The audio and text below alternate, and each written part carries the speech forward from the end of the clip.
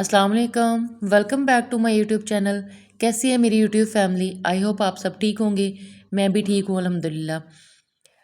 Multitasking जब तक हम लोग ना करें ना तब तक हमें चैन ही नहीं मिलता। शायद ये चीज़ जो है ना वो औरत की शान है और औरत का दूसरा नाम ही मल्टीटास्क है। खैर एज़ यूजुअल आज भी मुझे बहुत सारे काम थे। जैसे जैसे ईद करीब आती जा रही है वैसे वैसे काम भी बढ़ते जा रहे हैं। आज हस्बैंड की रेस्ट थी और आज हमने गाँव भी जाना था। वहाँ गाँव वाला घर भी देखना होता है और कई जगहों पे ईद भी देनी होती है।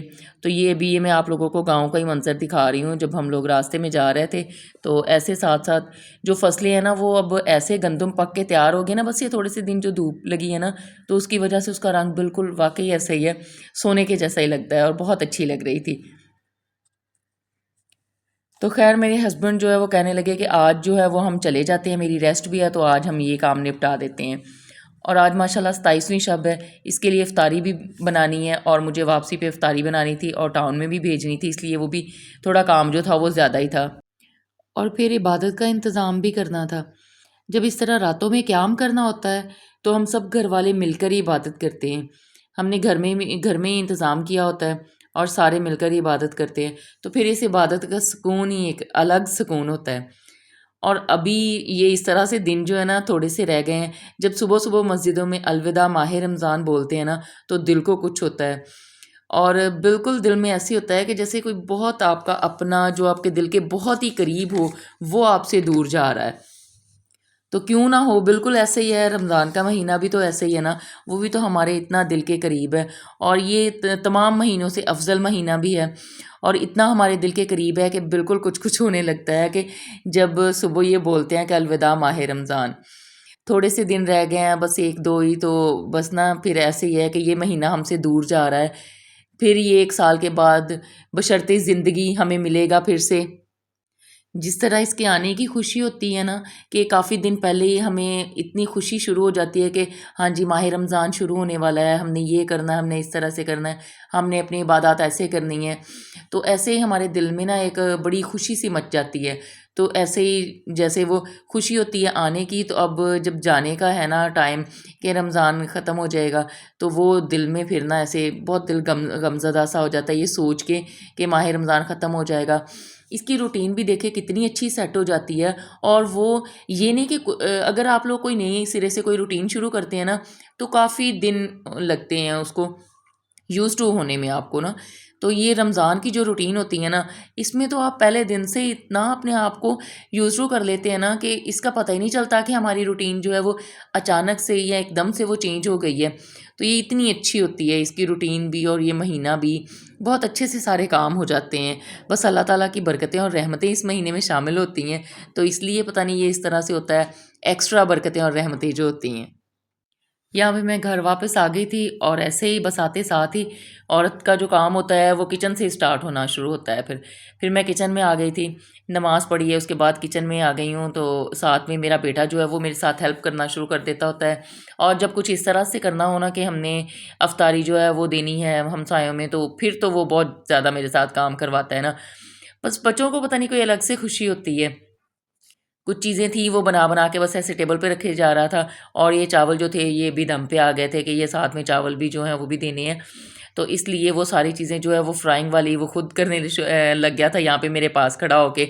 और दही भल्ले भी उसने बना दिए थे। साथ-साथ में मैं किचन समेटती जाती हूँ, क्योंकि बाद में जब है ना वो किचन नहीं समेटा जाता। अगर आप कुकिंग कर रहे हो ना तो साथ-साथ ही आप किचन समेटते जाएँ, फिर वो अच्छा भी लगता है और काम भी आपका जल्दी ख़त्म हो जाता है। अभी हमारा सिर्फ़ एक रह गया है मिल्क शेक बनाने वाला, तो वो अभी पहले बेटा कह रहा है कि मैं मम्मा प्लेट्स बना के रख देता हूँ, ताकि हमें ये भी ईज़ी हो और अफ़्तारी में जो है वो थोड़ा ही टाइम रह गया था। इसलिए वो कह रहा था कि मैं ये प्लेट्स बना के रख देता हूँ, फिर उसके बाद मैं मिल्क शेक बनाता हूँ और वो भी मम्मा मैंने ही बनाना है, आप ना बनाइएगा। बस वो खुशी होती है ना बच्चों को, और ये उस तरह की खुशी होती है जो दिल से होती है। और इस तरह की रातों में फिर इबादत करने का और इस तरह से कुछ ना कुछ मतलब हमसाया में इफ्तारी देने का या फिर गरीब गुरबा को कुछ देने का, वो तो सुकून ही अलग होता है। और ये चीज़ें अगर हम में है ना, तो हमें देख देख के बच्चे खुद ही सीख जाएंगे, उनको अलग से हमें सिखाने की ज़रूरत नहीं होती।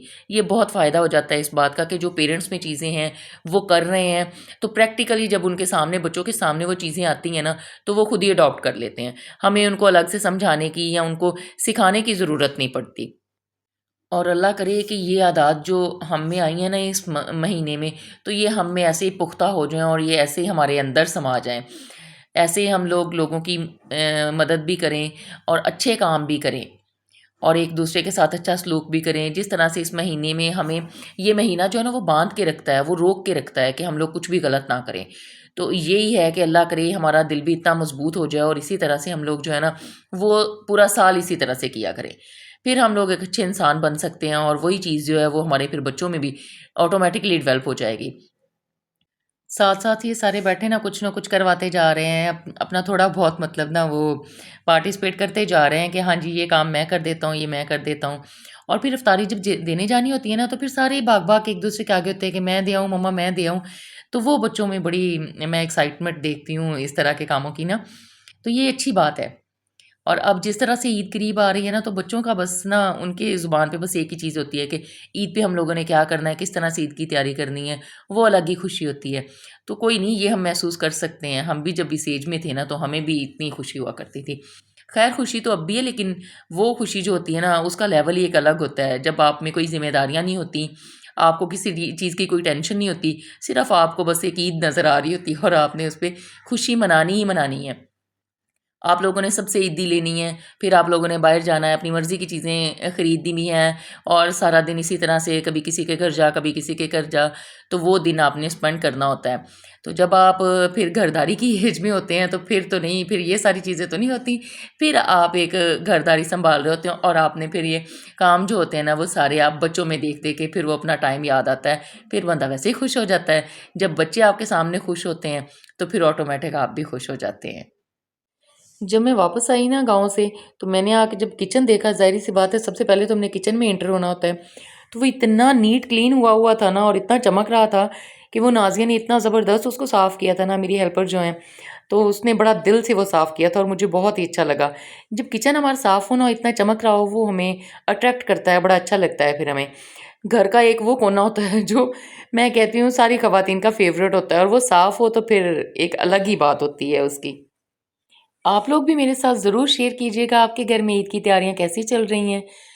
ये था मेरा आज का व्लॉग, उम्मीद है आपको पसंद आया होगा। मेरे चैनल को लाइक और सब्सक्राइब कर दें, शेयर ज़रूर किया करें। अपना बहुत सा ख्याल रखिएगा, अपने इर्द-गिर्द के लोगों का भी दुआओं में याद रखिएगा। अल्लाह हाफ़िज़।